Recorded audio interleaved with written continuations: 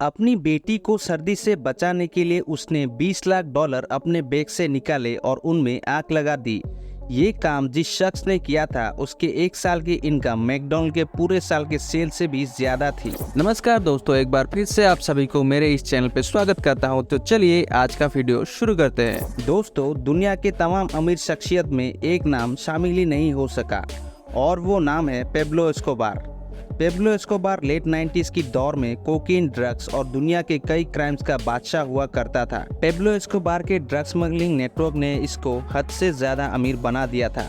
बेशक इसकी वजह से बहुत सारी जिंदगियां तबाह हुई और इसका पैसा गैर कानूनी तरीके से कमाया हुआ था। लेकिन 1992 में पेब्लो एस्कोबार 30 बिलियन डॉलर का मालिक था।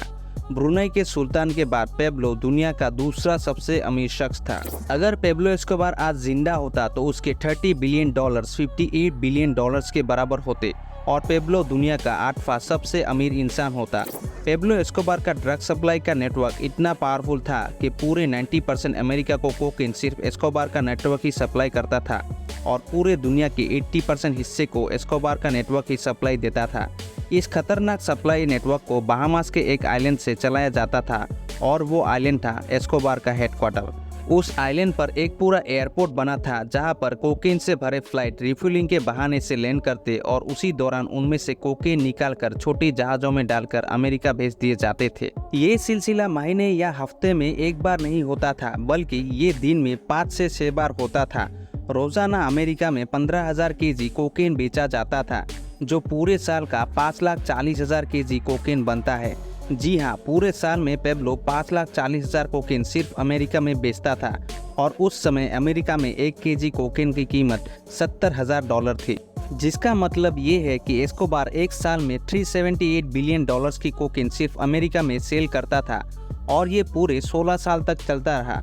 इन्वेस्टिगेटर्स का मानना है कि जो कोकीन एस्कोबार $70,000 में बेचा करता था वो उसको $5,000 की पड़ती थी।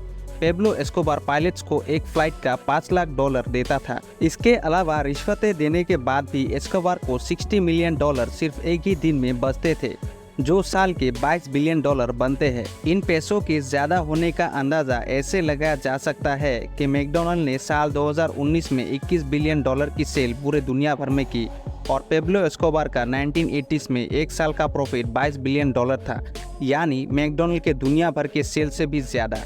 और जाहिर है ये सारा पैसा पेब्लो एस्कोबार हार्ड कैश में ही रखता था। उन पैसों की गड्डियां बनाने के लिए रोजाना $1,000 की रबर बैंड्स आते थे। जी हाँ, $1,000 के सिर्फ रबर बैंड, यानी महीने के $30,000 और साल के $3,65,000 के सिर्फ रबर बैंड्स। जाहिर है पेब्लो अपना सारा पैसा बैंक में तो रखने से रहा, तो इन पैसों के स्टोरेज के लिए इस आइलैंड पे बहुत बड़े बड़े गोडाउन होते थे जिनमें ड्रम्स के अंदर ये कैश स्टोर किया जाता था। स्टोर किए जाने वाले इन पैसों का 10% सालाना या तो चूहे खा जाते या फिर पानी की वजह से गलसर जाते थे। ये माना जाता है कि पेब्लो एस्कोबार रोजाना इतना कैश गिन नहीं सकता था, तो पैसों की वजन करके ही पैसे गिने जाते थे और वजन करके ही उनकी गड्डियां बनाई जाती थी। एक बार एस्कोबार पुलिस से बचने के लिए नेदरलैंड के पहाड़ों में अपने बच्चों समेत पनाह ले रखी थी। उस वक्त उसकी बेटी को सर्दी लग गई। पेब्लो के पास गर्मी पैदा करने के लिए कोई चारा नहीं था, तो उसने अपने बैग से $2 मिलियन कैश निकालकर उनमें आग लगा दी। जी हाँ, पूरे $20 लाख। ये बात पेब्लो के मरने के बाद उसके बेटे ने एक मीडिया इंटरव्यू में बयां की थी। और जैसा कि इस तरह की जिंदगी का अंत भी खौफनाक होता है, 1993 में पेब्लो एक पुलिस एनकाउंटर में मारा गया। आज का ये वीडियो यही तक था। अगर आप मेरे चैनल पर नए हैं तो मेरे इस चैनल को सब्सक्राइब कीजिए, वीडियो को लाइक कीजिए और अपने दोस्तों के साथ शेयर कीजिए। मिलते हैं एक नए वीडियो में, तब तक के लिए धन्यवाद।